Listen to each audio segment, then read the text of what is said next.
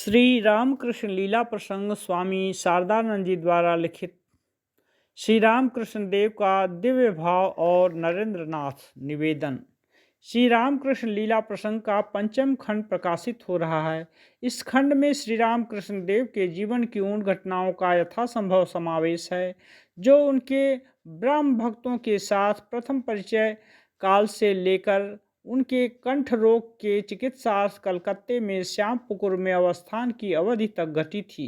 श्री रामकृष्ण देव इस समय प्रत्येक व्यक्ति के साथ व्यवहार तथा विभिन्न कार्यों का अनुष्ठान निरंतर दिव्य भावारूढ़ रहकर करते थे। साथ ही इस समय से उनका अवशिष्ट जीवन काल श्रीयुक्त नरेंद्रनाथ यानी स्वामी विवेकानंद के साथ ऐसे मधुर संबंध से सदा के लिए मिलित हो गया था कि उसके विवरण में प्रवृत्त होने के साथ ही नरेंद्रनाथ की जीवन कथा अपने आप ही आप उपस्थित होती है।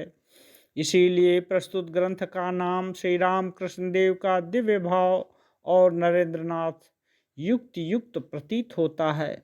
श्री रामकृष्ण देव के जीवन लीला प्रसंग का लेखन कार्य जब मैंने प्रारंभ किया तो यह स्वप्न में भी कल्पना न थी कि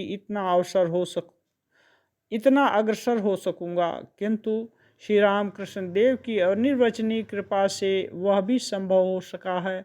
अतः उनके चरण कमलों में बारंबार प्रणाम करते हुए यह ग्रंथ पाठकों के सम्मुख उपस्थित करता हूँ। विनीत ग्रंथकार शुक्ल द्वितीया सौर फाल्गुन 20 बंगाब्द 1325 सन 1910 ईस्वी। श्री रामकृष्ण लीला प्रसंग श्री रामकृष्ण देव का दिव्य भाव और नरेंद्रनाथ। पूर्व वृत्तांत। दिव्य भाव का विशेष विकास श्री रामकृष्ण देव के जीवन में कितने काल तक था उसका निर्णय। षोडशी पूजा का अनुष्ठान करके श्री रामकृष्ण देव ने अपना साधन यज्ञ संपूर्ण किया था। यह बात हम पहले बता चुके हैं। वह बंगाब्द 1280 तदनुसार सन 1873 ईस्वी में संपादित हुआ था। अतः अब से वे दिव्य भाव की प्रेरणा से जीवन के सभी कार्यों का अनुष्ठान कर रहे थे, यह कहना असंगत न होगा। श्री रामकृष्ण देव की आयु उस समय 38 वर्ष की थी।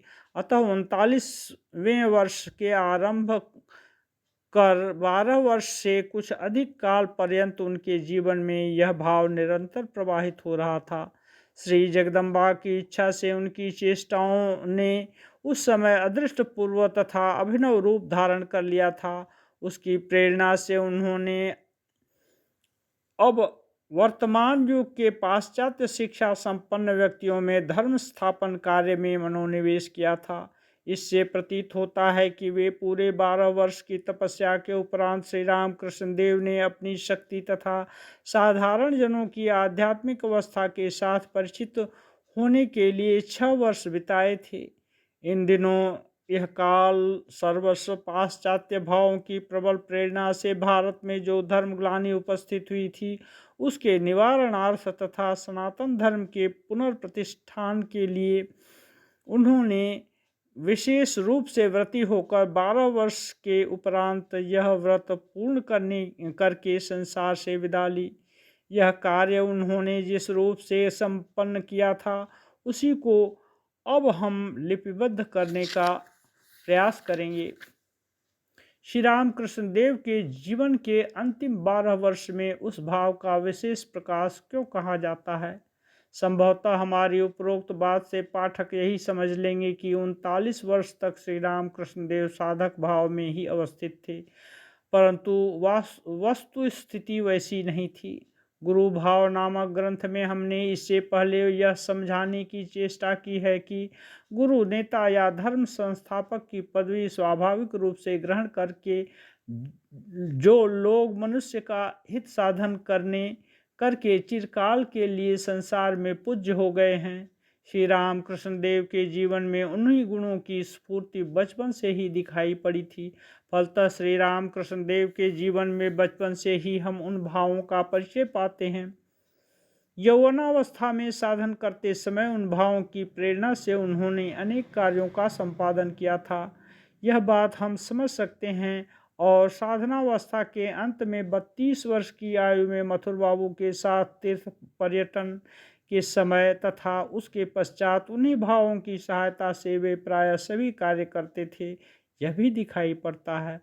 अतः बंगाब्द 1881 यानी सन 1875 ईस्वी से उनमें दिव्य भाव का प्रकाश तथा धर्म संस्थापन कार्य में उनका मनोनिवेश कहकर जो हम निर्देश यहाँ कर रहे हैं, उसका कारण यह है कि उस समय से पाश्चात्यों का जड़वाद तथा जड़ विज्ञान मूलक शिक्षा एवं सभ्यता जो भारत में प्रविष्ट हो रही थी तथा भारत भारती को दिन प्रतिदिन विपरीत भावापन्न कर सनातन धर्म मार्ग से दूर हटाए लिए जा रही थी, उसके विरुद्ध खड़े होकर उन्होंने इसी दिव्य भाव की प्रेरणा से अंग्रेजी शिक्षित व्यक्तियों में धर्म भाव के प्रतिष्ठा कार्य में सदा नियुक्त रहकर जनसाधारण के जीवन को धन्य और कृतार्थ किया था।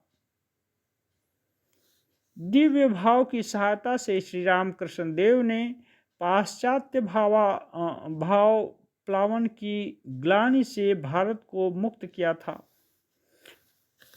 कहना न होगा कि वैसा करने का उस समय विशेष प्रयोजन भी था। ईश्वर कृपा से श्री रामकृष्ण देव का अलौकिक आध्यात्मिक शक्ति संपन्न दिव्य भावमय जीवन यदि उसके विरुद्ध खड़ा न होता तो ऐसा प्रतीत होता है कि भारत की अपनी निजी जातीयता तथा सनातन धर्म का एकदम लोप हो जाता।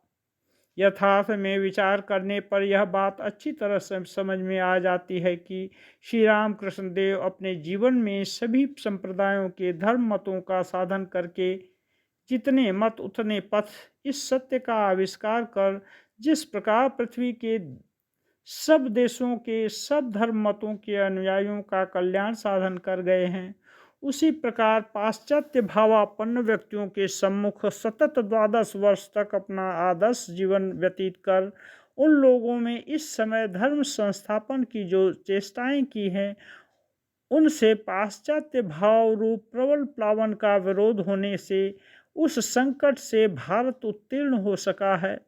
इस कारण सनातन धर्म के साथ पूर्ण प्रचलित सब प्रकार के धर्म मतों को संयुक्त करके अधिकारी भेद से उनकी समान प्रयोजनीयता को प्रमाणित करना जिस प्रकार उनके जीवन का विशेष कार्य था, ऐसा समझ में आता है। उसी प्रकार पाश्चात्य जड़वाद के प्रबल प्रवाह में डूबने वाले भारत का उद्धार साधन उनके जीवन का दूसरा कार्य था, यह भी बताया जा सकता है। बंगाब्द 1242 सन 1836 ईस्वी से भारत में पाश्चात्य शिक्षा प्रचलित हुई है और ठीक उसी वर्ष श्री रामकृष्ण देव ने जन्म ग्रहण किया था।